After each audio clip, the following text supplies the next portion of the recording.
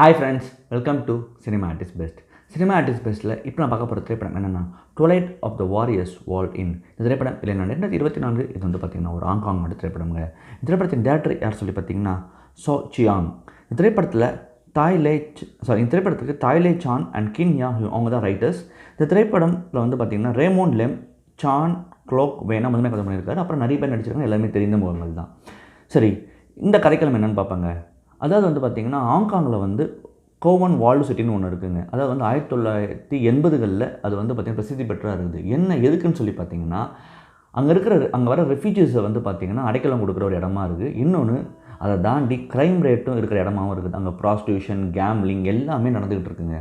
ஆனால் அதுக்குள்ளே இருக்கிற மக்கள் அதுக்குள்ளே தான் இருப்பாங்க, அதை விட்டு வெளில வர மாட்டாங்க அந்த வால் சிட்டியை விட்டு. அது ரொம்ப சின்ன அது வந்து பார்த்திங்கன்னா ஒரு கொஞ்சம் ஒரு என்ன சொல்கிறதுங்க, ஒரு ஏக்கராக்குள்ளே இருக்கிற ஒரு வால் சிட்டி. அது எங்கள் வீடு எல்லாமே இருக்கும்.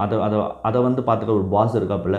அந்த வால் சிட்டிக்கு வந்து உரிமை கொண்ட ஒருத்தன் வந்து பார்த்திங்கன்னா அவங்களுக்கு வந்து இந்த பாஸ் வந்து பார்த்திங்கன்னா வாடகை கொடுத்து வச்சுருக்காரு. ஸோ இந்த மாதிரியான பொலிட்டிக்கல் விஷயங்கள் நடந்துகிட்ருக்கு. பொலிட்டிக்கலாக இன்னொரு விஷயம் என்ன பார்த்திங்கன்னா அந்த டைமில் வந்து ஹாங்காங் வந்து சைனா கிட்ட கொடுக்கணும்னு பிரிட்டிஷ் முடிவு எடுக்கிறாங்க. அப்படி முடிவு எடுத்துட்டோமா ரெஃப்யூஜிஸோட வருகை இன்னும் அதிகமான அப்புறமா நான் ஆல்ரெடி சொன்ன மாதிரி பல ரெஃப்யூஜிஸுக்கு அதுதான் வந்து பார்த்திங்கன்னா அடைக்கலமாக மாறுது. இப்போ இந்த கதையில் என்ன சொல்லி நடக்குது பார்த்திங்கன்னா இதுதான் ஹிஸ்ட்ரி.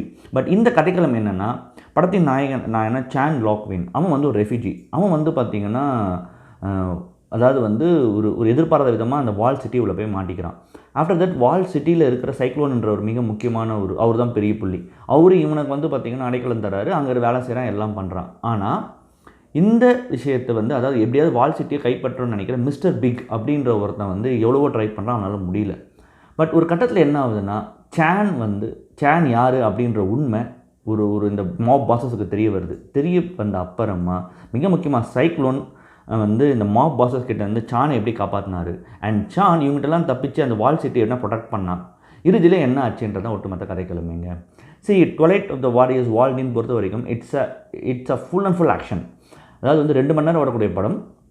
கிட்டத்தட்ட ஒரு 5-6 சீக்வன்ஸ் இருக்குது, ஃபைட் சீக்வன்ஸ். அந்த 5-6 ஃபைட் சீக்வன்ஸுமே பிரமாதமாக இருக்குது. ஆக்ஷன் வந்து அவ்வளோ பியூட்டிஃபுல்லாக பண்ணியிருக்காங்க இந்த படத்தில் வந்து பார்த்திங்கன்னா. That was really super commendable. இதுதான் இந்த படத்துடைய முதல் பெரிய ப்ளஸ்.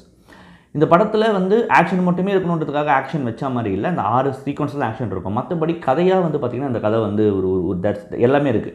ஒரு பிளாட் இருக்குது, ஒரு வந்து ட்விஸ்ட் அண்ட் டர்ன்ஸ் இருக்குது. அதே மாதிரி வந்து கதை மூவ் பண்ணுற விதத்துலையும் இந்த படம் வந்து போர் அடிக்காமல் கொண்டு போயிடுது. அதுலேயும் எந்த இதுவும் இல்லை. இந்த படத்தில் வந்து பார்த்திங்கன்னா நடித்த நடிகர்கள் எல்லாமே பெரிய நடிகர்கள் தான். நீங்கள் படம் பார்க்கும்போது தெரிஞ்சுக்கலாம். எல்லாமே உங்களோட பங்கு நல்லாவே நிறைவாக செஞ்சுருந்தாங்கன்னு சொல்லலாம். பட் இந்த படம் வந்து எனக்கு வந்து என்னென்னா இவ்வளோ ஆக்ஷன் சீக்வன்ஸ் இருக்குது, இந்த மாதிரி விஷயங்கள் இருக்குது. ஆக்சுவலி இன்னொன்று வந்து ஒரு கமர்ஷியல் பாயிண்ட் தான் இந்த படம். ஒரு கமர்ஷியல் ஃபிலிம் தான். End of the day it's a commercial film. அதில் எந்த டவுட் இல்லை. அந்த கமர்ஷியல் ஃபிலிமுக்கான எல்லா விஷயமே இந்த படத்தில் இருக்குது. அதுலேயும் எனக்கு எந்த பிரச்சனையும் இல்லை. ஆனால் இந்த மாதிரி ஒரு கதைக்களத்தை எடுத்துக்கிட்டு இந்த பேக்ட்ராஃபில் இப்படி கமர்ஷியலாக சொல்லியிருக்கணுமா அப்படின்ற உணர்வு வந்து படம் பார்த்து முடியும் போது ஏற்பட்டுச்சு. படம் பார்க்கும்போது பெருசாக நமக்கு தெரியல, பட் படம் பார்த்து முடியும் போது ஏற்பட்டுச்சு. ஏன்னா இது இன்னும் பொலிட்டிக்கலாக இன்னும் வந்து அந்த வால் சிட்டியோட அந்த எல்லாத்தையுமே வந்து என்ன அந்த பேக்ட்ராஃபிலேருந்து அந்த பொலிட்டிக்கல் இஷ்யூலேருந்து ஹிஸ்ட்ரியிலேருந்து எல்லாத்தையுமே தெளிவாக சொல்லியிருக்கலாமோ அப்படின்ற ஒரு உணர்வு ஏற்பட்டுச்சு. ஏன்னா படம் ஆரம்பிக்கிறதுக்கு முன்னாடி அது வந்து ஒரு டைட்டில் கார்டில் போடப்படுது. பட் ஸ்டில் இதை சொன்னதை விட இன்னும் நல்லா பண்ணியிருக்கலாமோ, இந்த ஆக்ஷனெல்லாம் தவிர்த்துட்டு ஒரு நல்ல ஸ்டோரியாக வேறு மாதிரி பண்ணியிருக்கலாமோ அப்படின்ற ஒரு பாயிண்ட்டும் படம் பார்த்து முடியும் போது நமக்கு தோணுதுங்க. அதே மாதிரி ஸ்க்ரீன் பிளேவை பொறுத்த வரைக்கும் பார்த்திங்கன்னா ஆக்சுவலி இட்ஸ் நாட் வெரி நியூலாம் கிடையாது. நம்ம டெம்ப்ளேட்டான ஸ்க்ரீன் பிளே, அந்த டெம்ப்ளேட்டான ஸ்க்ரீன் பிளேவை கரெக்டாக ஒரு கமர்ஷியல் ஃபிலிம் பண்ணியிருக்காங்க, அவ்வளோதான் சொல்ல முடியாது. அதை தவிர்த்து ஒன்றும் கிடையாது. பட் எனக்கு ரொம்ப பிடிச்சது மறுபடியும் ஆக்ஷன் சீக்வன்ஸ் ரியலி சூப்பர். அதுலேருந்து எந்த டவுட்டும் கிடையாது.